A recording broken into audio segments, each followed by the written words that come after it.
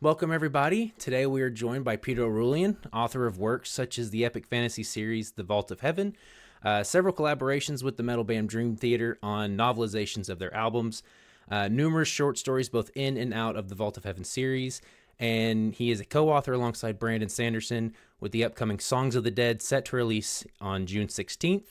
Peter, thank you so much for being here, man. Yeah, man, glad to be here. Thank you. So to start, I just want to do a few easy questions to kind of let the audience get to know you a little bit, and then we can get on to the real stuff. Yeah. So what inspired you to start writing in the first place? When I was a kid, I had a little sister, who's 2 years younger than me, and I used to just do extemporaneous storytelling to her. We shared a bedroom, and I would tell her stories at night. And so I just always had this draw to it. When I got a little bit older, I was watching on, I think it was on PBS, I was watching things like it's like a mystery theater, and they would run Mm-hmm. the old Basil Rathbone Sherlock Holmes series, and he's still my favorite Sherlock. Yeah. And there was this mystery about them, and they always came on late. My mom let me stay up late, and those really piqued my interest for mystery and the who done it. Um, then I went into school, and I probably was mostly only reading stuff that was assigned and canonical works, of which and I love the canonical works. Right. But then when I took a senior trip with a buddy uh, in high school to Hawaii, and we were in the curio shop in the Honolulu airport on the way home, and I just needed something to read to kill the Mm-hmm. time because it was a long flight. And he said, "You should try Stephen King." I'd never read Stephen King, Mm-hmm. and so in the curio shop they had a copy of Night Shift, which is a short story collection by Yep. Stephen King, and still my favorite short story collection. And it reawakened that desire to tell stories. So the first many short stories I wrote and the first novel I wrote were horror. Oh, interesting. And then I kind of haven't stopped since then. It's certainly gone in waves. I went into college and I didn't get as much writing done during college. Um, but I've always kind of been at it in one sense or another since my senior year of high school. Oh, awesome. Yeah. Who would you say is your favorite author currently? Dan Simmons Dan Simmons? just passed away a couple of months ago. I saw that, yeah. That tore me up. I didn't, I mean, he, he looms large in my mind all the time. Mm-hmm. And I had the good fortune to, have a few meetups with him in life and a few exchanges online over the years. I mean, I wouldn't call us friends the way you break bread with friends, but Right. certainly we knew each other. It was very encouraging. But and there's a lot. So it's a hard question, right? Because there's so many great writers in the Of world, course, yeah. current and past. But like if someone told me you get to exchange writing careers with somebody, his would be what the career I would want.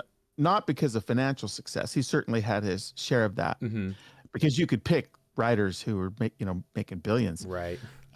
But it would be for his absolute genius with the craft and storytelling. I believe he was the last great sort of professor class writer that we had, that generation of writers who got English degrees and they knew all of the things about all the writers. Mm-hmm. He just had this amazing mind, and he wove history and politics and cultural icons into fiction so seamlessly. So yes, Dan Simmons. If you, in your opinion, where would you recommend people start with Dan Simmons' work if they haven't already discovered him? Well, the interesting thing with Simmons is he wrote broadly. The only thing he probably didn't write in the sort of overarching genre or speculative fiction umbrella is uh, like high or epic fantasy. Mm-hmm. Interestingly, his very first book, Song of Kali, won the World Fantasy Award, but it's a horror novel. Oh, Um, interesting. I didn't know that. and maybe the shortest novel he ever wrote. Mm-hmm. And it's vivid, just saying the name, vivid scenes from that leap out in my mind. But the one that's dearest to my heart and my favorite novel of all time is called Summer of Night. It is a horror novel, but it's kind of like Stephen King's It, Yeah. but a factor of 100 better. Oh, Um, wow. Not just the writing, but the storytelling and the characters, and um, it's warm in my heart because the protagonists are all roughly 11, so they sit on that cusp between adulthood where the magic, they still believe in things, the magic still exists, but they're capable of doing stuff. They're smart, they're somewhat individualized, and it reminds me a lot of my own childhood. So I adore that book. I have the Subterranean. I have two copies of the Subterranean Press limited edition of that. It's the Hmm. only book I've spent money like that on. Um, but if you like science fiction, his Hyperion books Right. are regarded by most science fiction readers Hmm. as high watermarks in science fiction. But he also wrote some noir, which are amazing. He wrote a book called The Crook Factory, which is about Hemingway and all of that spy stuff that was like based on real world things. So you almost can't go wrong, but you can almost like pick a genre. Um, but if and I would say Summer of Night's good, even if you like your first reader desire is not Hmm. horror, it still works because a lot of it's fantastical, and you just fall in love with these young characters. Um, so yeah, that's the one I always say. Unless you're like a hardcore science fiction buff, then probably Hyperion. Right. Well, horror is definitely one of those genres that I've dabbled in reading but haven't really gotten into. So I've written that down as one to pick up when I start diving into that. You won't be Um, disappointed. yeah. So obviously, one of your other big passions is music. Who are some of your favorite artists? My favorite band, bar none, is Dream Theater. Dream Theater. Yeah. Um, and I've been fortunate when I worked at Microsoft in the entertainment division on a couple of different tours. Tour of duty at the company. I Mm-hmm. did the music marketing and like partner label management stuff. So I got to work directly with the record labels and run programs where I got to work with artists and I got to editorialize who those artists were. And so I selfishly chose Dream Theater so that I got to get a little closer to them, and then became friends with the guys in the band. So that blossomed into the novelizations of some of their concept albums over the years, and some pretty good friendships. But even if that weren't true, the what I love about that band is the musicianship is first rate. Like most of those guys went to Berklee College of Music in Mm-hmm. Boston. One went to Juilliard, so like their musicianship is top shelf, and the way they're able to use that with a lot of facility in their compositions, um, just blows me away.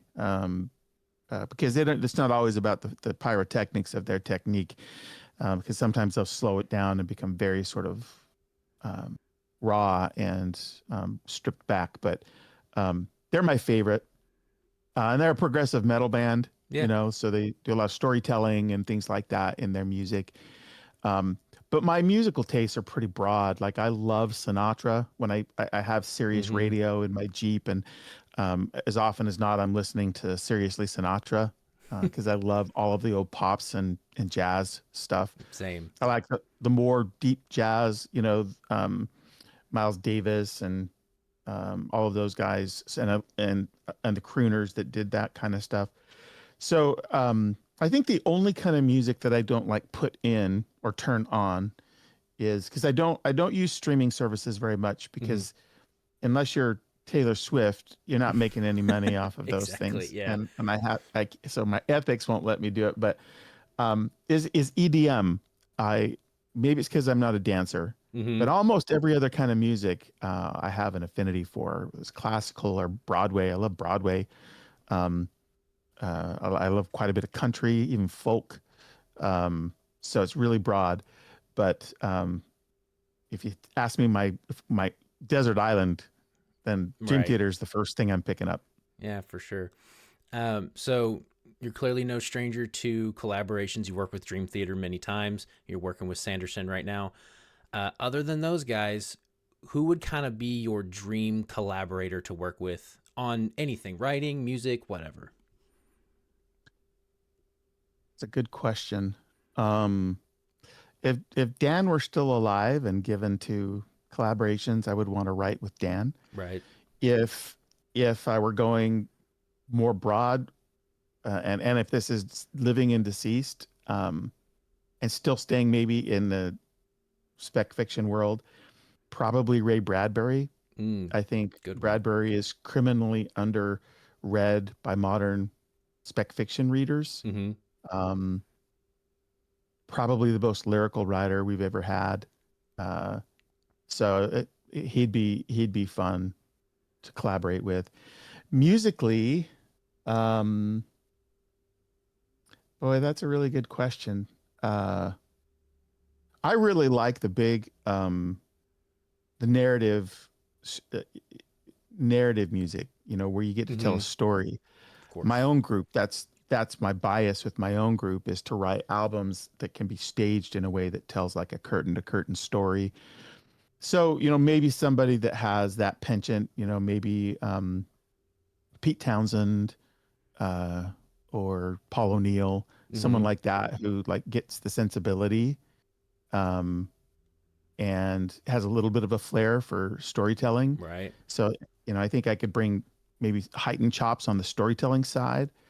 Um, Paul passed in 2017, so Right. he's no longer with us. But and probably, this is blue sky thinking. But I mean, how cool would it be to do another concept album with Pete Townsend? Right. So yeah, those are probably my picks. Those are good picks. So before we get into your new book, Songs of the Dead, I actually have some questions about your previous series, The Vault of Heaven. Yeah. Which, for those watching who haven't heard, it's a series that spans across 2 novels, and I believe 10 or 11 short stories, maybe more. Um, but I'll be honest. So when we first met at Nexus, Dragonsteel Nexus in December, I hadn't heard of these books, but then after I met you, they quickly got added to my TBR. And after reading them both within the last like 3 weeks, I'm genuinely surprised that they haven't come across my radar before, because they have many of the things that I personally enjoy and look for in my fantasy series that I read. Um, like a good, interesting twist on a hero's journey, unique magic system. Like you have this magic system rooted in resonance and song, and just honestly some expert world building. I'm a big world building guy. That's why some of my favorites are guys like Tolkien and Sanderson. And I think, you've created a very immersive world, and it was just a really fun read. So my first question is, what was the original thought that kind of kicked off your creation of your world of Aishaval? Was it you started with the magic system and then kind of built the world around it, or did you have this story in mind and then the world and the magic came later? Um, I had this a lot of times back then. Mm-hmm. I do more outlining and sort of pre-writing now. Back then, I was more of a pantser, Mm-hmm. and when I write that way, it's very visual. I'll have images in my head. I knew that I wanted to craft a music magic system, Right. and I knew I wanted to trade on some of the conventions of the genre. Sometimes I think that the cliches, as we call them, or there's that TV tropes, which is hysterical to read because there isn't anything that's not listed in TV tropes. Right. So if you, in fact, at the time, I remember I would say that trope avoidance is the new trope. Like there was a Right. time when people were writing books where they were like desperate to avoid all the tropes, and so then everything felt like trope avoidance. It Right. just felt so labored. So I leaned in on some of the tropes, Yeah. um, because I think that they're a good shorthand sometimes. So I knew I wanted to have a character who kind of had this um, sort of missing memory. He Right. was not aristocracy. Mm-hmm. Had an ability, all those things. And then I wanted to flesh it out.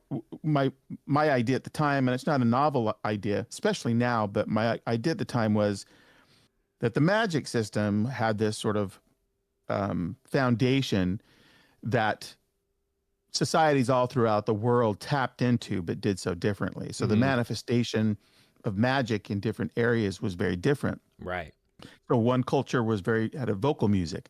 Another culture, since you read the books, you remember there's a time when the parties, they travel into this this city, and the effective magic users there create their magic by movement with their hands and body through the air. Yes. And so they're basically moving energy that you can't hear. Mm-hmm. But the vibrations, the acoustical vibrations are nevertheless for the attenuated ear available and powerful.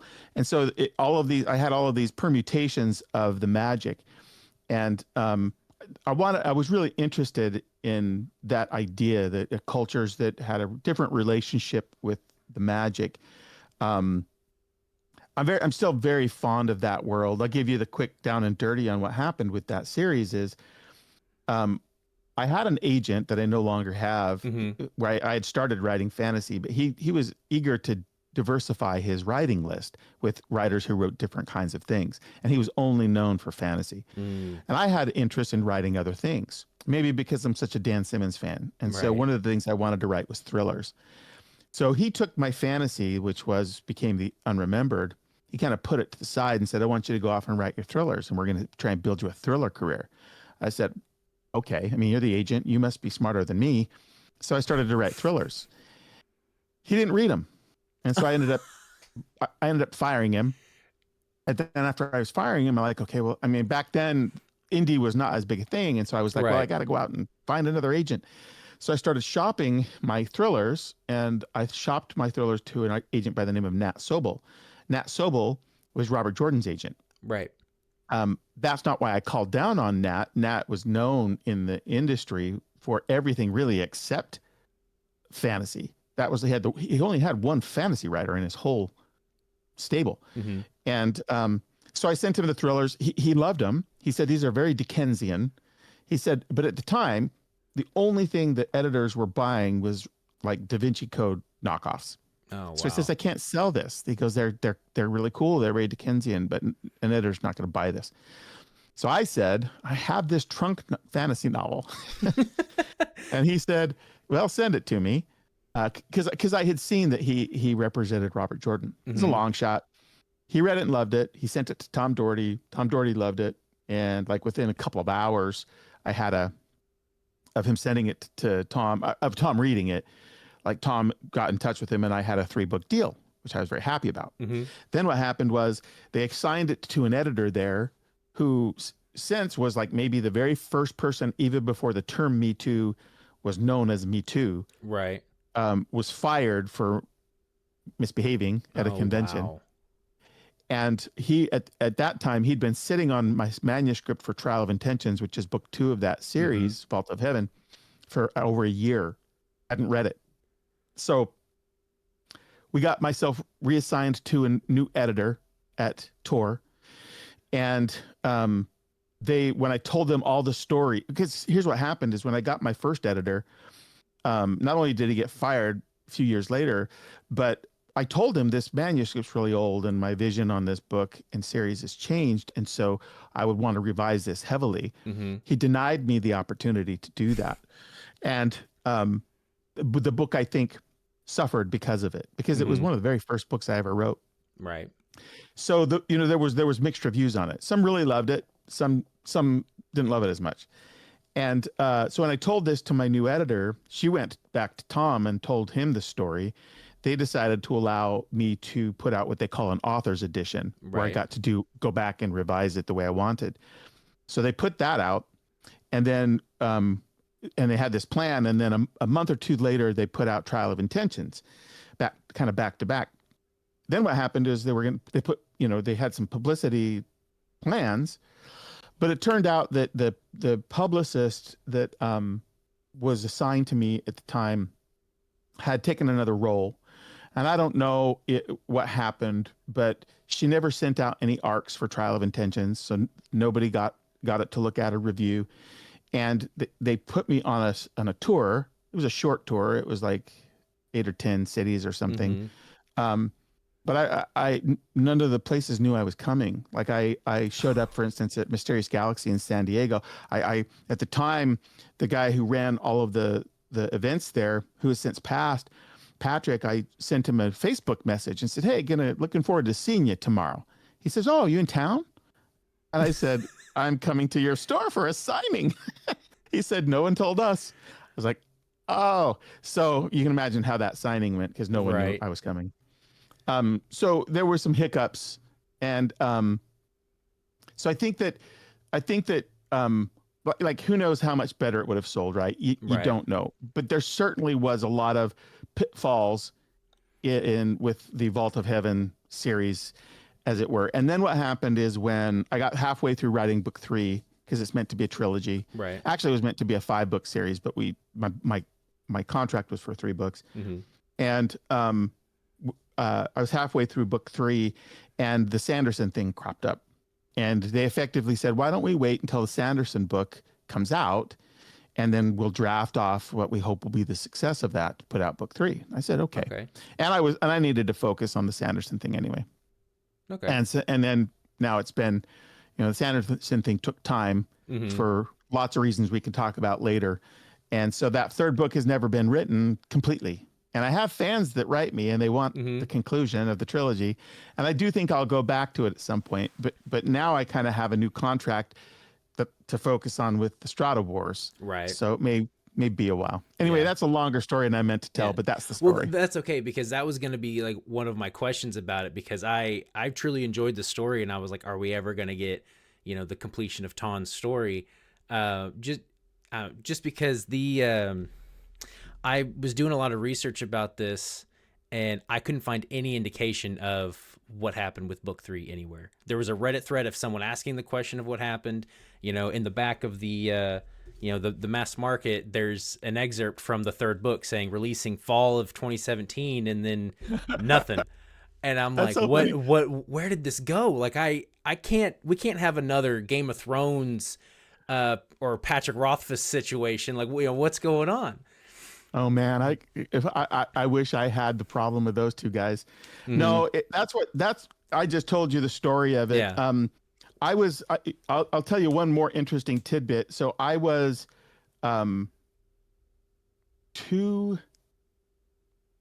no, I was 220 something thousand words into book. No, what was it? It's been so long. Mm-hmm. I think I was about 330,000. Nope.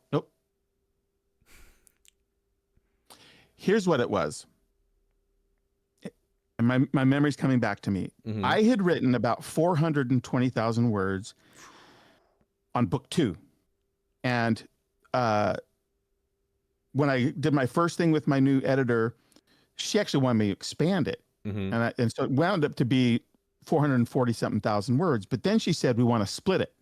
Mm. So it's book 2 and 3. But all she wanted to do was just put a knife through the center of it. I said, I'm not doing that. Yeah. Like, I mean, it's got to have some book shape, right? People Right. got to have a book experience. Some sort of climax, So- some sort of act 3. Yeah. Something, right? It can't be like that drastic. And what that meant was I had to go back and refactor a bunch of stuff to make book 2 a reading experience. Right. And so there was, in that book, ended up being about 267,000 words. Mm-hmm. And so the balance of that I have for book 3 that's waiting to be finished. That's why we had material to put like a chapter in for as a precursor for book 3. And I will finish it just out of my OCD sense of not Mhm. letting something hang forever. But it'll probably have to come after the Strata Wars stuff is Right. at least the first trilogy is complete. I don't have a gajillion fans out there waiting for it, but I have some. And I do think that there's a wider audience for the Vault of Heaven if it had been brought to market, more traditionally and not without all the hiccups. Right. Well, I definitely think what you have currently released is very good in my opinion, and I think it would just take a little bit of publicity to get it into people's hands. I mean, you've already getting a lot of publicity working with Sanderson, clearly. So I think it's only a matter of time before this series is on its way up and people are begging you to get to book 3. Man, from your lips to God's ears, I have like silently hoped in the back of my mind maybe when people discover my name because of Songs of the Dead, Mm-hmm. that they go, they go see what else I've got. And if they see the fantasy stuff, which is more like most of what Brandon Right. writes, maybe they give it a try, and then maybe if you're right, I would love it. I would love to start getting emails saying, don't, please don't be George Martin and not finish this. Right. Like, because like I said, I've got probably at least half that book written. Mm-hmm. Of course, it's going to need some massaging and the completion. Um, but yeah, I hope that happens. I really do. I mean, I'll finish it anyway at some point, but that would Yeah. create the urgency to do it more, more quickly. Yeah, of course. Yeah, no. So moving on to the next question.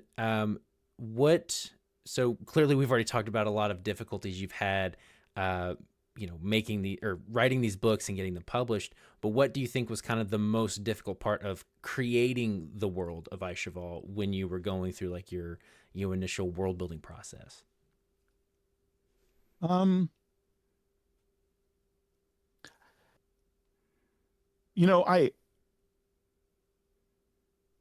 tend to not worry too much about how dark something can be Mm-hmm. when I'm creating backstory for a character, or um, the complications that make a villain um, bad, or even a hero complex. Right. And they're um, I've noted that some readers take umbrage with that. Um, I'll give you an example. One of the short stories that I had published in the Vault of Heaven world, that was published on Tor.com, Mm-hmm. is called the Hell of It, Right.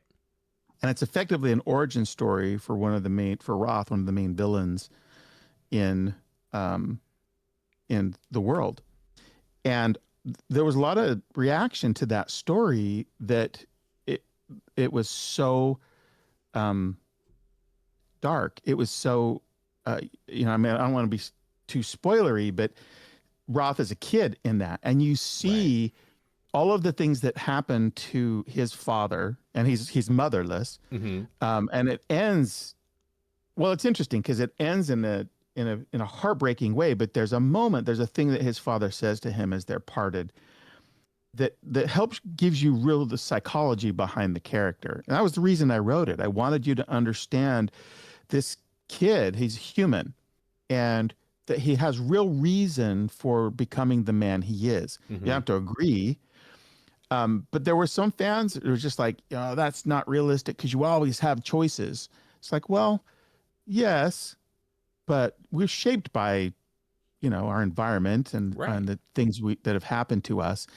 And so it was, in answer to your question, some of the challenge was, as I went along, is at the time, I don't do this anymore. I pay no attention to my own press anymore. Like, Mm-hmm. I don't read my reviews. I don't any of that stuff.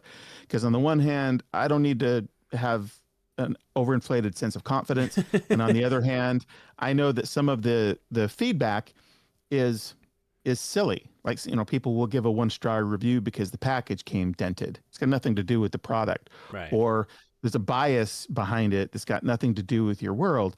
And so I just realized that for me, just focus on the work, and the other stuff will take care of itself. But at the time, I wasn't doing that. So when I was reading some of this stuff, then I started to butt up against my own instincts sometimes. Like, okay, well, I know how Roth became the man he is. It's not comfortable maybe to Mm-hmm. read, but it is the reality of what I've envisioned. And so I would do it anyway. But then, I would have that voice in my head saying, oh, fans are going to hate this. and obviously not all did. Right. But so I would run up against that a little bit. You don't want to disappoint a reader. But by the same token, I'm one of those classical writers from the standpoint that I think my job is not to my job is to entertain you. Right. Right. And some of that means I might edify you. I might make you feel good or powerful, or, touch your heart or something. Some of it's thrilling, but my job is not to have a cause that I want you to join. Right. And so because of that, I try not to edit myself when I come up with ideas about how characters become who they are. And it might be one of the reasons, now that I'm thinking about it, that I stopped reading all that stuff, because I feel like my job is just to write the best story I can, Hmm. and it'll land for some readers and other readers it won't. But I don't want to be thinking too much about the reader it's not going to land for, such that I make decisions contrary to my own best instincts. Right. So you mentioned earlier how you used to be more of a pantser, and now you more outline now. What are some other ways that you think your writing process has changed or improved from the unremembered to now? I think that over the past couple of years, I've studied story structure more than I ever did. And I always studied it. I would, go to conventions like LTUE Hmm. or Surrey Writers Conference, all sorts of places to learn, as well as the practice you do at home, or reading books and you're, dissecting them. But I've actually, in the past couple of years, started reading more structure papers and books by writers that I respect. Um, and the study of story structure has informed my pre-writing process. And actually, that's not a good way to say it, because I actually consider all of the work I do before I start doing line by line stuff still part of writing. In Right. fact, when I'm working out like story questions, some writers are doing that in the moment if they're pantsing. Right. I'm kind of pantsing at that moment, like I'm thinking through ideas and character questions and crises and things like that in order to figure out what the decisions they make and what complications that creates. I'm just doing it without like doing it in real time with my fingers, like Right. striking the keys. Um, but it's also liberating to do that a little bit, because I feel like I can try more things without having to like reverse. Hmm. Um, and so as a consequence of a bunch of the structural study I've done, and writing a few books that way, I think a lot more about things like, what is the ending from the beginning? Right. What are my antagonists' motivations? What are Hmm. they trying to accomplish, both in the world and for themselves? And those things, and what's the relationship of what the antagonist is doing in the first half of the book versus the second half of the book, and what does that mean for my protagonist? Hmm. Things like, the protagonist is mostly reacting in the first half of the book. Not always. I mean, you break all these rules all the time, Right. but in the main, they're reacting to the stuff that the antagonist is doing. And then there's usually a shift at the midpoint, that there's a twist, or there's an escalation of stakes, or a ticking clock, maybe all of those things, Hmm. that then puts the protagonist on their front foot, and they start to proactively go. It doesn't mean they're going to have success in everything they're doing, but they're more proactive. They maybe understand what the antagonist is trying to accomplish, and now they have to stop it or whatever. And so all of these structural, what happens in the dark night of the soul, what kind of epiphany is my character going to have, and Right. how's that going to help them succeed in the climax? I'll think about that stuff a lot more now in advance, kind of from the back to front, than I ever did before, in my process. And while I could probably go back and just pants it, um, and I don't think I ever 100% did that. Because I always would have ideas about what the ending was, Mhm. and I think a lot of writers do, even the Stephen Kings and George Martins of the Right. world, who say it's that if you are an architect, if you're plotting, you're killing all of the spontaneity. I don't believe that at all, Right. because I think you're doing, like I said, the writing while you're doing that work. But having said that, I imagine I could go back and do that, but I think it would create more false starts, maybe more revision, uh, than this other way. And I actually like, I liken it to a coloring book. It's got Hmm. the outline, but if you notice, kids, like when they color outside the lines like crazy, because they're just having fun. Right. I think of it like that. So I've got a good blueprint when I start now. The last few books I've written, and then one I'm working on now. Um, but I'll find in the writing of it, my creativity will color outside the lines, and new stuff will, present itself. But it's I create for myself a lot of freedom because every day I sit down, I at least have like a compass. So Cool. So, which of the characters in the Vault of Heaven did you most enjoy writing and kind of discovering them as you were going through your creation process with them? oh, baby Sutter. Sutter. Sutter, yeah, Sutter's that guy who he sort of gets these big shoes he's got to wear, Mm-hmm. and he's really aware of how far he is from being able to do it well, and he just wants to improve. Right. Um, and that, that's a feeling I take from life. I think a lot of people do. We sometimes have to climb big mountains, whether it's a job or we have a family or whatever it is, and we feel unequal to the task. And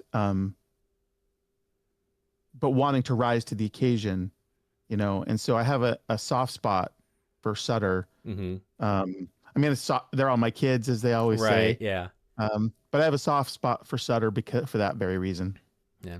I did love Sutter. I think the two that I enjoyed reading the most was Ton and Grant, mainly because they are similar in a lot of ways for obvious reasons.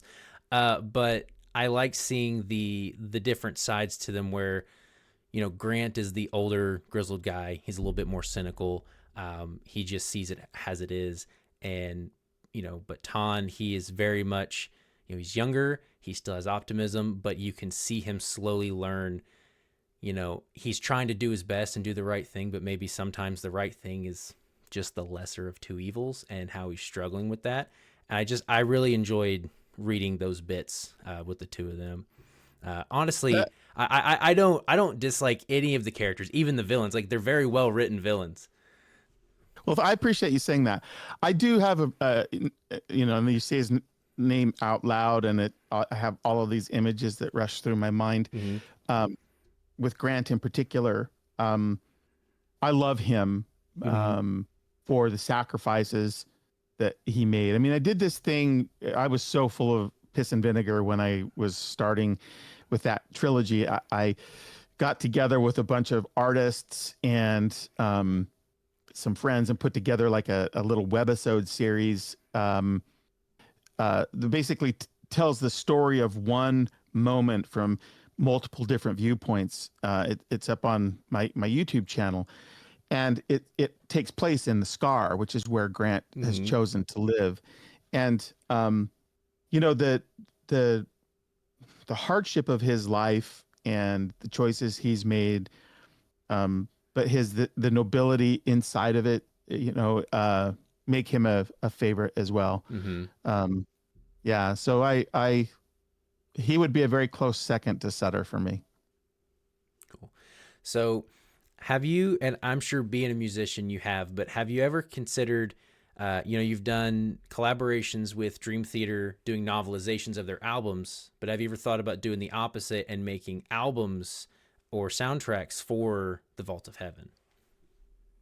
I've been asked about that, and I think I would if there were an audience. Right. I mean, it's one thing if you're Brandon and you want to, and someone asks, or you want to like make a soundtrack to The Way of Kings. Mm-hmm. There's a million people ready to buy that and listen to it. Right. Yeah. And it's not about the money. It's more about like, are there people that are going to enjoy it? Right. I have a few fans that would, Mm-hmm. but if I That's decide to that's do a it, lot of work to put into for a few viewers. Yeah. exactly. Yeah. It's because I don't do anything in half measures. It would be me writing a real record. Mm-hmm. And probably, so I'm a big fan of transmedia storytelling, Mm-hmm. and it's not as fashionable a term as it used to be, Right. but it's more than just licensing or iterative storytelling where the same story is retold in a different medium. The true, and I know this because at Microsoft, when I was in the entertainment division, we tried to build a platform around transmedia because it was really hot for a time. And the idea is that the aggregate experience of an IP across multiple mediums becomes something bigger than experiencing any one of them. So that the story over here is not the same story, Mm-hmm. but if you know both of them, they have these resonances, and then you Right. introduce a third and a fourth, so you can have music, a book, a soundtrack, a film, a comic book, a graphic novel. I love that stuff, so that if someone really loves an IP and they go and participate in all of these mediums, Mm-hmm. they have these echoes that you can't get unless you participate in all of them. I love Right. that stuff. I same. So I would love to do an album. And so while I listen to everything, I index probably a little bit more on rock and metal, but that's not what I would write for I Cheval. I would probably write The Vault of Heaven. It would probably be more epic orchestral Mm-hmm. music, with some soft stuff, right? So that the story, the narrative is married to the movement appropriately to create the scene or whatever. I'd love to do that. Mm-hmm. I've thought of doing it. I've got some other books I've thought of doing it for as well. And I think, if I'm fortunate enough to have the kind of success, that gives me the resources and time to do it, I will. Mm-hmm. Because I would rather spend more time making one thing richer than doing Right. 10 things. Agreed. So yeah, so I've got a property that I've kind of built with my group. Mm-hmm. It's a Christmas property, but I've got the album, I've got the staged production, I've written the novel. That novel is with a couple of film companies. They're looking at it to potentially option it. So Oh, like nice. I love that idea, because then you have like all of these tentacles, and it's Mm-hmm. true that like with a Christmas thing, some people don't read Christmas books, so they're never Right. going to read the book, but they probably watch a Christmas movie. Of course. Or someone would love to go to a Christmas concert, Mm-hmm. and maybe they just aren't film goers. But some of us who like to do all the things, Right. I love that stuff. Yeah. So No. I mainly ask because just for some reason I have this, I wouldn't say obsession, but this, raging curiosity of what the Song of Desolation would actually sound like. And so I've always wondered, like, if you ever were to be able to do something like that, if you'd actually be able to get like the, a choir in to really create that and, the real sound of it. man, I would love that. I will give you one little peek though. There is a place in the second half of that big amount of writing I told you I did Mm-hmm. that will be in book 3, where Wendra and the smaller group that ends up in the Bourne are actually trying to make their way back down, into the Southlands, where she sings this song. It isn't the Song of Desolation, but she Right. sings this song of just utter destruction. Mm-hmm. And in my head, the sound of a big part of it is a sort of middle segue or bridge in a song by a band called Seven Dust called Damaged. Okay. And I think I know that one. I love the band Seven Dust. I think they're one of the great criminally under recognized metal bands out there. It's the kind of thing where like if you know, you know. And Right. Seven Dust is like that. And everything they do is great, but they've got an album called Animosity, and the track on there called Damaged. If you listen, Morgan Rose, their drummer, he does this scream over these bridges. And when I got to that part, it just fired in my head. And so using the cadence of what he sings and even some of the verbiage, that's what Wendra sings. And it's one of the times I got chills writing, and unless you know that, as a reader, it might not do the same for you. But Right. I have that happen quite a bit, where the sound of things are very clear and vivid in my mind. Right.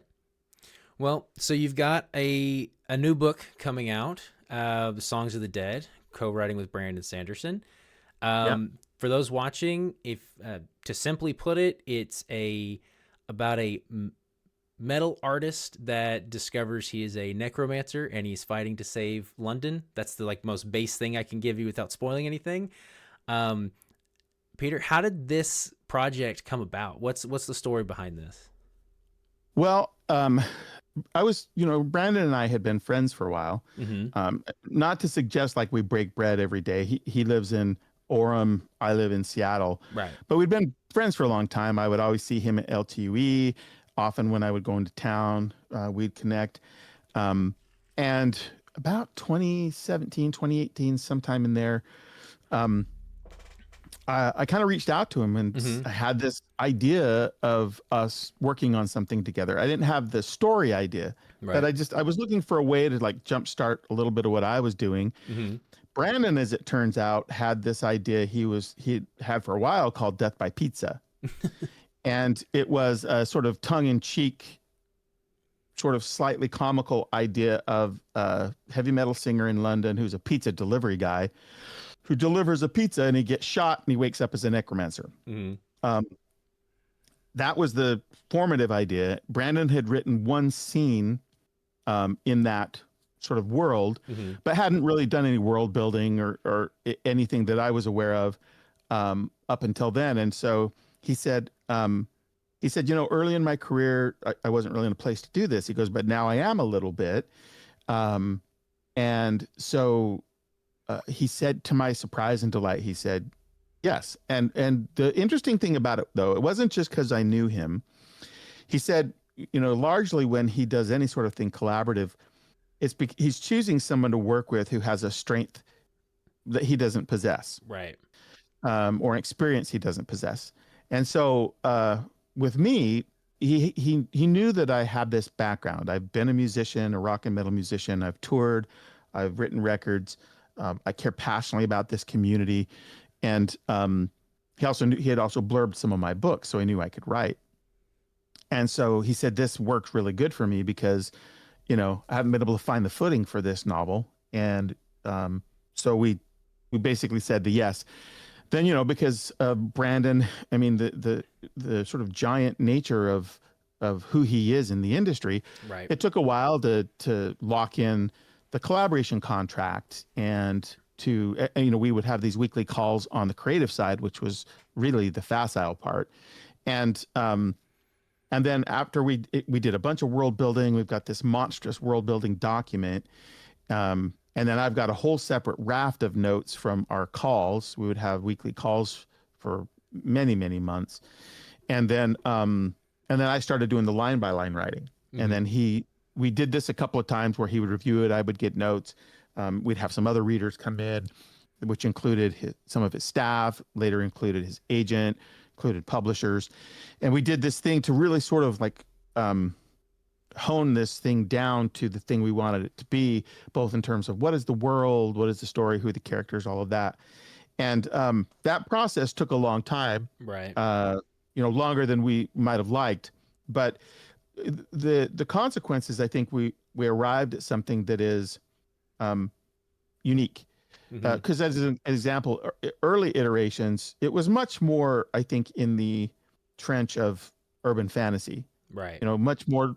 There was a time when, publishing does this where there's like just this huge spate of novels in a category, and almost gets flush with them. Like with steampunk for a while, there was just tons of it, and there's still steampunk, but not everybody's rushing to write one of those today. Right.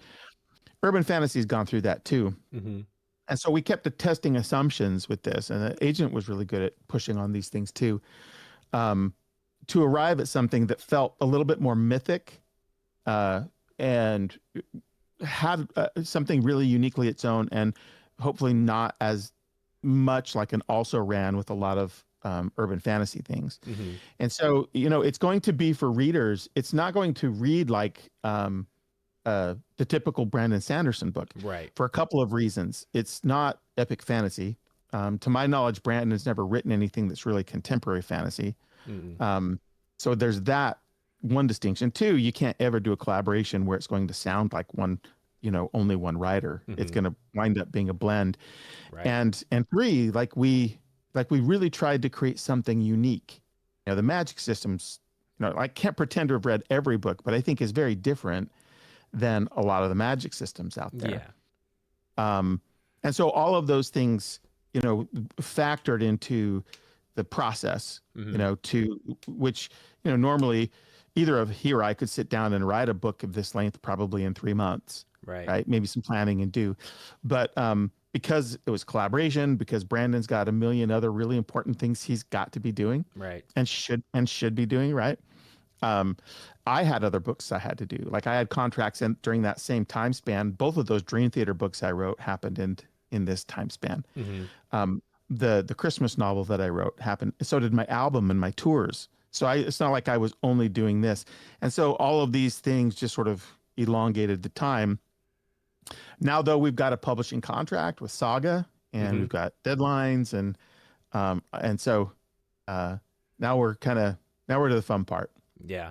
Well, I will say I was able to get a hold of an ebook arc, and I'm about a quarter of the way through it. And to your point of, it doesn't sound like one author or the other, but a blend of the two. I could definitely see that.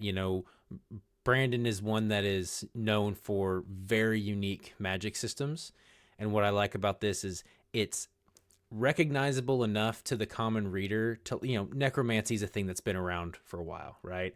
But it's different enough that it doesn't feel like you're just doing cookie cutter magic systems. Like, it is a very unique version of necromancy, and I'm really Yeah, enjoying it so far.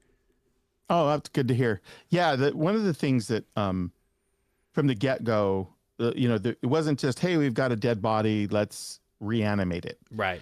Yeah, we had this mechanism that had to do with history, Mm-hmm. and this thing we call the strata, and how those things would work together, the catalysts or the tools of the magical trade that would enable it. And so one of the things that happened late in the game is it was like, this really isn't necromancy. Mm-hmm. Like it's not, if we use necromancy, readers will, like classically it's closer, but readers will sort of project a sort of Dungeons and Dragons Right. lens, Yeah. and it's not that at all. It's not that kind of thing. And so I started thinking through the various powers, if you will, Mm-hmm. that these people have, and started to iterate on what that we could call this, and we wound up calling it thanaturgy. Mm-hmm. And so the characters that have these magical abilities in this world are called thanatists, and they do have an ability to do something with the soul and with corpses, Mm-hmm. but they have other abilities that are not necromantic abilities, Right. that are different, and that's available in book one, and then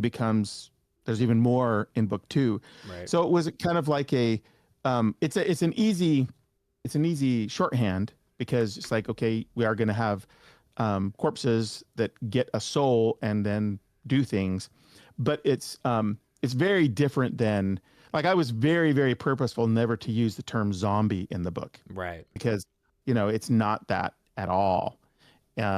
And so the publisher was really happy with how we wound up sort of enlarging and creating our own magic system that has some of the fruits of what a necromancer does, but is a larger umbrella of things that can be done. Mm-hmm. And then the other thing that will happen in the successive books is there will be other kinds of magic users that are part of the problem. So I'm excited for the growth of the series. But it started with some simple ideas, like Right. a body being reanimated with a different soul. Mm-hmm. With the term Thanatist, is that a term that already existed, or did you guys come up with that? If it exists, it would be news to me. Okay. Well, Something that I only ask because I've heard the term like thaumaturgy, from Dungeons and yes. Dragons. I'm assuming there's some relation to that, but is there a sort of like etymology to the word that y'all used to create it, or was it just kind of, oh, these syllables sound good together? No, I was thinking about when I was in college, I studied something called a thanatopsis, which is a sort of rumination on death. I think comes from a Greek root. Okay. And so I was thinking about this idea of, that word as it relates to the dead. Mm-hmm. And so, and I knew that I didn't want to use necromancer because, one, I didn't want people to misunderstand Mm-hmm. what the people are. Mm-hmm. And two, I wanted to have something that was larger under which we could build the other components of the magic system. Right. And so, but I wanted it to have this relationship with the world of the dead. Mm-hmm. And so I remember loving that term Thanatopsis. And so I thought, I riffed off of that. I did at the time look at the etymology, but I can't regurgitate it for you here now. But I know there's a classical term. I think it's Greek, might be Latin, that has a relationship to death.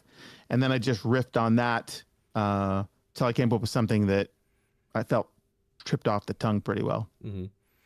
So from what I've been hearing, with the creative process or the collaboration process that you and Sanderson have had, it seems like there was a lot of note passing, you doing a lot of the heavy lifting with the writing part, him being part of the creation. Is he involved in books 2 and 3, or is this now kind of your playground to do with as you please? Yeah, mostly the latter. We did high level synopses for books 2 and 3. Mm-hmm. And then in our, which the publishers always ask for because they want to know what your plan is. Right. But then in the meetings we would have, which were some were in person, most of them, like if I was at his house and we would talk a little bit, but mostly they were calls, weekly calls. Mm-hmm. In fact, I can see them in my head because I would have to step out of my daughter's. On Thursday nights, I would have to step out of like things at her elementary school so I could talk with Brandon. I would, and I would record all of the conversation. So I've got this huge amount of information for the whole arc for the trilogy, both the external arc and the internal arc.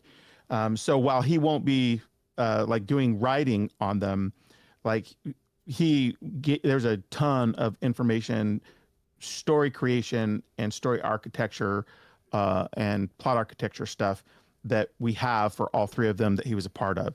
And so even though I'll be doing most of the heavy lifting and I'll get to do a little bit more of the actual story generation for 2 and 3, the filling in the holes, he was a big part of generating all of that stuff for the trilogy. Mm-hmm. And I think what we hoped happened from the beginning is kind of harkens back to what you said earlier is, maybe this will catalyze people's interest in not just stuff I do in this world, but other things I write. Right. Like, maybe they'll find, just like they have with Jancy. Yeah. They find some of Jancy's other work. Mm-hmm. But like I'm working on book 2 now. And what I do is you can't see it here, but I use 3 screens. This is my one, like first world pleasure I allow myself is I have 3 screens because I like. Do you do that? Yeah. Yeah. I like to have. I know you can have windows, but I like to have stuff up that I can see. So when I write, I'll have multiple reference documents. Sometimes, like if I'm doing research on a website or something, I'll have that up, as well as outline work, a spreadsheet that I use to track things. Mm-hmm. So I have all of this stuff going. And so what I have is I have the work that I'm doing in the deeper outline for book 2. I have 2 documents of here's what Brandon and I submitted to the publisher as an outline for book 2. And then here's like the raft of notes I have on characters and plot and structure that we talked about that go past book 1. I have all of that available as reference as I'm writing this. And I'm a little behind, to be honest with you, because with book 1, seems like every other day I get something from the publisher or one of the foreign publishers. Oh, we need you to review all these pronunciations, for this translation, or what have you. And that's all good, right? I'm happy to do it, right. But it's definitely taking time away. And I don't have a team. It's just me. Right. So I'm a little behind, but I'm really excited with how book 2 is shaping up. I can't wait to get to the line by line writing. I'm almost done with I do a very exhaustive outline, as I mentioned. Sometimes the outline is like 25,000 words. Right. So, I know you say you're a little behind, but is there a general like timeline of when you think book 2 will be, talked about, when it might release or anything? Like, I know you probably can't get any announcements, but, like a year, do you think next year, the year after? Yeah. I mean, the plan I think is to try and have each book come out in each successive summer. Okay. So I know that, with publishing, they have seasons, Right. and sometimes the publishers, they do some air traffic control based on other things they're releasing, Mm-hmm. as well as other things they know are coming to market, and they do that to optimize for sales. Mm-hmm. So that can shift something even if the book's in the can. But I think that my delivery dates and the hope is that it should be yearly, and should be yearly, hopefully yearly in the summer. Depending on if I'm a little bit late on my deadline, it could push, another month or two later, but Mm-hmm. not significantly. I'm not that far behind. And one of the things is, once I get to the actual writing, I'll probably catch up. Right. I'm only behind on my outlining because I schedule myself pretty rigorously. I'm only behind on my outlining because I hadn't anticipated so many additional things needing to happen for book one. Right. Like Brandon has this happen all the time Mm-hmm. because he's got a million books and a million Mm-hmm. translations. But he's also got a million people working for him to help him with that.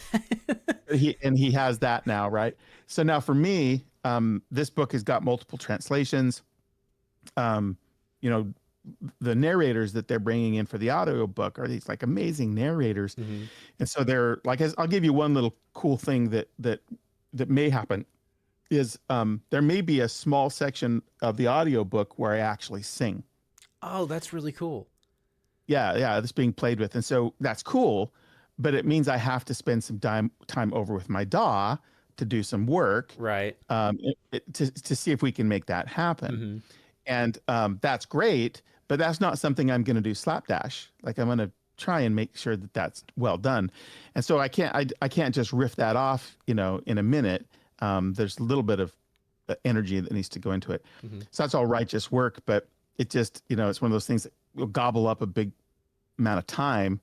And so I've already told my publisher, I said, I'll probably make the time up when I get to the line by line, Mm-hmm. but we just, let's stay in touch, because if I don't make the exact date, it might be a few weeks, maybe a month late. But none of that should impact the publication date. Right. Well, when it comes to the audiobook, have y'all already got the narrator pinned down? Are you able to say who that is? I can't, and the only reason I can't is because this is the first time that this is happening for me. I'm sure it's happened for Brandon before, Mm-hmm. but Simon and Schuster are actually creating a announcement trailer for that's the awesome. narrator that they're going to push out, and I've seen it and it's really cool, but I don't get to share it yet because it's got to be approved by. That's the other thing that creates one level of complexity is. It comes from the publisher. Agent, of course, needs to look at it and feel good Mhm. about it. Got to go to Dragonsteel to do the same, and then I have to look at it. Mm-hmm. And usually I look at it quickly because it's just me, and I can provide feedback or say this is awesome. But then it's got to go to Dragonsteel. It's got to the agent's got to see it. So the sort of review process is a little bit longer, but that should be coming very soon. And I love, they gave me a chance to select the narrator. I got several auditions. They were all really good. The guy I picked has done big books by Stephen King and a bunch of really great big writers. And they did a section of the book, and he just nailed the section that I heard. So I'm excited. That's really cool, man. Yeah. So, you always hear authors talk about certain playlists that they listen to when they're writing certain scenes, or maybe specific songs. And, with you as a musician, are there any particular songs that you were listening to while writing certain scenes, whether it's a fight scene, a dialogue, but was there any one song that kind of influenced like one scene at a time? I don't, this surprises people when I tell them, but I can't listen to music when I write. Mm.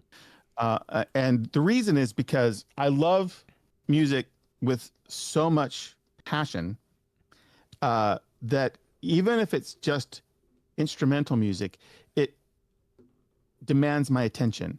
Right.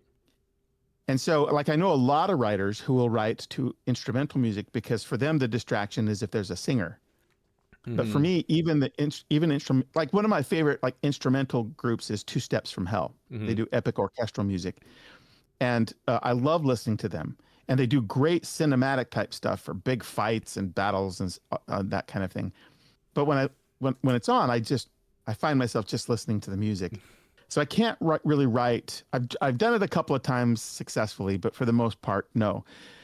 However, that said, I started putting together a playlist of songs that are mentioned in Songs of the Dead, and it's already over 50. And Wow. this isn't only rock and metal. Like Mm-hmm. there's songs from the Shawshank Redemption, which is my favorite movie, that are mentioned. There's um, some of the big band guys, the crooner guys. Right. There's uh, composers, Broadway composers that are mentioned, classical composers. Like the playlist is really eclectic. So one of the things that I'm going to do, in fact, I'm going to try and do the first one this weekend, is to put out like on Instagram or something, a serialized playlist from Songs of the Dead of music that's actually mentioned in the book. And then what I want to do, if I'm successful at it, I'm not a great social media person, but I want to have the cover of the book, and then Mm-hmm. below it I'll have the album cover, and then I'll cycle through. Maybe I'll do 5 in each post, and I'll Yeah. cycle through the album covers, and I'll talk about the tune. Like as one example, Jack Solomon, who's the main character, one of his really close friends in the book is a guy named Henry. He's kind of an older avuncular father figure. Mm-hmm. His favorite band is The Who, Mm-hmm. and they have this touch point between them of the Sue's Hong behind blue eyes, Mm-hmm. and so that's on the playlist. And so I want to be able to. It'll mean more if you've read the book, You're but right. I want to like do this thing where I say there's this. I mean, everybody knows that tune, right? Yeah. You say the tune, and then I just give like a 10-second thing on that song's salience to the story. I think that'll be a fun way to sort of marry the two worlds. Right. And the playlist is so eclectic because it's Right. got really classic rock stuff like Deep Purple and Led Mm-hmm. Zeppelin and stuff like that. It's got Dream Theater on the other end, but it's got like there's a band called Nightwish that does it power Mm-hmm. metal, and they're a pretty big international group. Right. And I know some of the people in the group. In fact, I haven't told anybody this, but I actually contacted Thomas Holopainen, who is the composer and keyboardist for Nightwish, and I said, "Hey, man, I kind of want to put you in my book. Are you cool with this?" And he said, "Yes." That's So awesome, man. he actually makes an appearance in the book, and they have. I mean, there's so much of their catalog that's great, but one of the songs that's referenced in it is a song called "Storytime," Mm-hmm. which is a great tune off of an album called Imaginarium.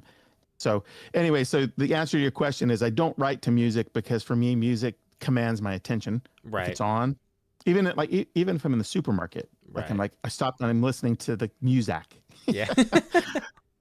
But I am gonna do the playlist of song music that's referenced and talked about in Songs of the Dead because it's such a part of the world. Well, that's really cool. I'm looking forward to hearing that. That's awesome. And Yeah. I'm looking forward to finishing this book. Like I said, I'm about a quarter of the way through. I'm loving it so far, and I think there's going to be a lot more people out there that really enjoy it. This is I definitely haven't read something like it before. This is a very unique story. I'm loving it. Yeah, Um, that's the thing. I think that like if you go into it thinking this is another Brandon book, it's not that. right. But if you go into it thinking this is like got all of the tea leaves of a Brandon book with cool magic and cool world building and cool characters and cool Hmm. ideas, but like not hopefully like really unique. I mean, as a writer, that's I mean, for me, not everybody, but for me, that's what I Hmm. really want to write unique things. Right. I don't want to write an epic fantasy that's like 10 other epic fantasies or an urban fantasy that's like 10 other urban fantasies. I'd rather people like really not know what's happening next because the book's its own thing. Right. And if we're successful with this, Brandon and I will have done something that people like, man, I've never read a book like that before. To me, that's a worthy goal. Yeah. Well, you've also got another project that you're a part of right now, the Kickstarter for Unbroken. It's a big anthology book. It launches on April 21st. You've got 36 authors writing stories for this. And Yeah. Grim Oak Press is the one putting it on. And you guys have done stuff like this before, but I think this is the biggest one yet, right? Well, so a couple of things. Actually, I'm publishing this through my publishing Oh, company. okay. And that's okay. It's an easy mistake to make because Sean Speakman, who's a good friend of mine, Mm-hmm. he founded Grim Oak Press, effectively publishing a book, an anthology called Unfettered. Right. And Sean has published a succession of anthologies with this same sort of like typographical approach. He's got one called Unbound. Mm-hmm. Unfettered has 3 iterations. Unbound, I think, has 3 iterations. Right. What happened is Sean did Unfettered originally. It was before he even had a publishing company. He had a bunch of medical debt.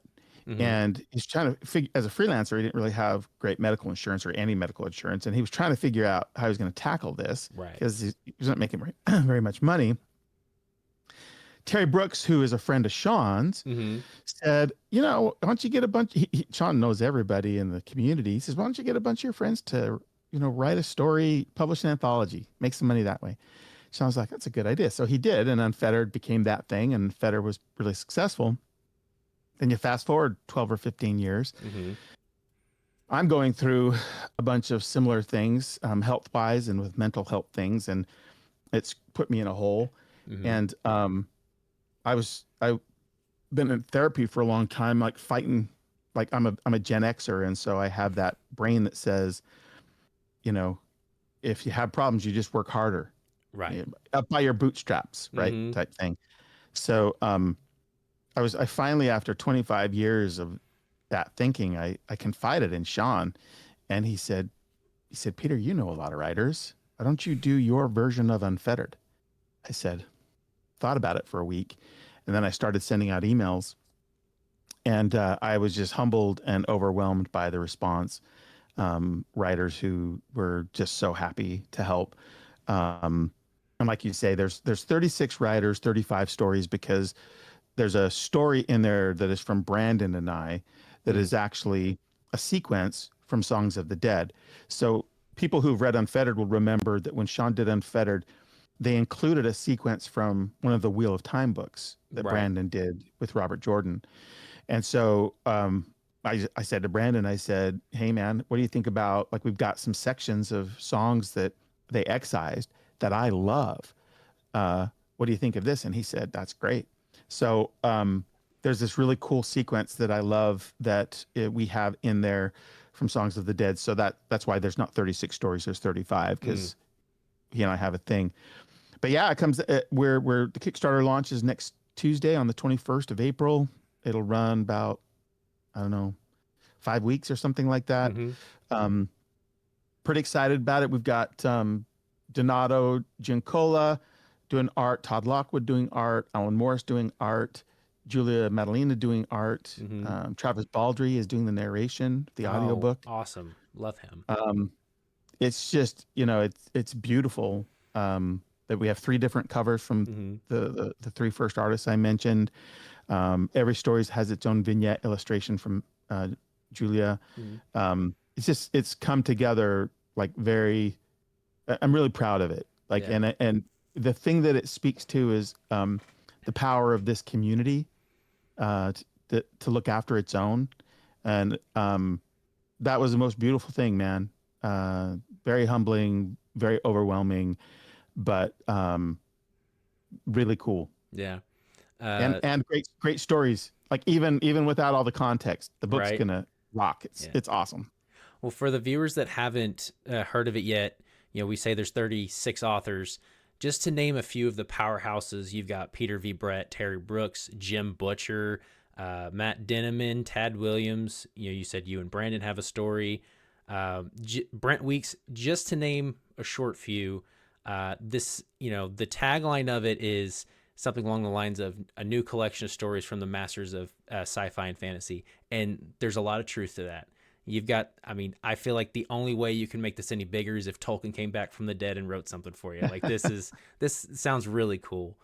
Yeah, a little sad to good. hear that your story isn't a new Vault of Heaven story, but that's okay. You're the best. Thank you. I love hearing that because I love that series, man. I hope I get to get back into it, but Yeah, it's not. It's from Songs of the Dead. Yeah, which is still another good book. So, um, have you had a chance to read any of the stories that are in it so far? Oh, I've read them all. Yeah, that's why I say like even though it's for a good cause, Mm-hmm. and it speaks to just the amazing community that we're a part of. Even if none of that were true, and you just got the book to read it, Right. like and I have to admit my bias, right? I can't get outside myself, but I think that the fiction's world class. Mm-hmm. Like it's really good. Like I'll give you a couple of examples. Peter Brett he sent me 20,000 words, and it's the first big huge chunk of his next world. Oh Like wow. it's really cool. Um, Brad Bollier, it's same thing. Now Brad's not maybe as big a name yet as Mm-hmm. Peter Brett, but Brad's a fantastic writer, and he sent me a 24,000 word novella, and it's amazing. Um, I could go on and on. Mm-hmm. The stories are the book is worth it just for the fiction. Mm-hmm. Forget everything else, just on the strength of the fiction. Um, Butcher sent me a Dresden story. Oh, that's awesome. Yeah, so we got a Dresden story in there, which is really cool. Um, Brent Weeks, his worlds with his two series are it's not widely known, but they're sort of connected. There's a little bit of connection between his two series, and this particular story sits more centrally in his Lightbringer Mm-hmm. uh, series. It's this cool story of this guy with this amazing, like, fantastical gun. Really, like, Brent does a really good job with these sort of twists. Um, uh, that was one of the ones I read most recently. Brent's one of my favorite writers. I think Brent's fantastic. Um, there's so many. I'm trying to think. Delilah Dawson's. She always does stuff that have these just really cool twists at the end. Mm-hmm. She's fantastic at that. Yeah. Her story is amazing. Terry's is one. Terry Brooks is one. So he sent me a section of a novel he's written. Not as long as some of the others, but this really cool section that has a good shape to it just on its own. Um, and Lev Grossman sent me a self-contained chapter that's from his work in progress of his next novel. And like Lev's one of those guys people maybe sleep on. They're not as aware of him Mm-hmm. because he doesn't publish as often, but everything he puts out is like it's just like world-class fiction. It almost all gets optioned and adapted Yeah, because it's he's just so quality good. over quantity for sure. Yeah, and so everything he does is just top drawer always. And so he sent me this chapter that's just really cool. It's got this really cool unique thing. There's a dragon story in there that's like, oh my gosh, it's so smart, like so smart, almost literary dragon story. Like I it's so imagine, is that good. the Ryan Cahill story? No, Oh. no, it's not. No, it's a Tim Hickson. Oh, okay. I was like, Yeah, because it's I've started reading Cahill stuff, and he does some really cool stuff with dragons. So I just assumed, but I'll definitely no, look out for Tim's. but Cahill's story is really great too. Yeah, it's that's why I say like I think I can be objective and say even if you knew nothing about the ethos or Hmm. purpose of the book, the fiction holds its own. That's really cool. Well, I'm really Yeah, excited for this. This seems like a really cool project. Um, Guys, it launches on Kickstarter April 21st. Is that correct? that's right. And you said it will run about 5 weeks. I think, Yeah, when I mentioned the size of it, I think I saw a live stream where Sean was putting together the ebook version, and he said it's probably something like 800 pages. Like it's a pretty thick book. So it's 832 pages and 275,000 words. that's amazing. That's I really mean, cool. it's a big book. Yeah. So, You well, definitely it's worth the money. yeah. Well, Peter, that's all I had today. But again, thank you so much for doing this, man. It means a lot. Had a great talk, and I'm really looking forward to your future projects, man. Thank you. I'm honored that you'd have me on. I truly am. Thank you, Aaron.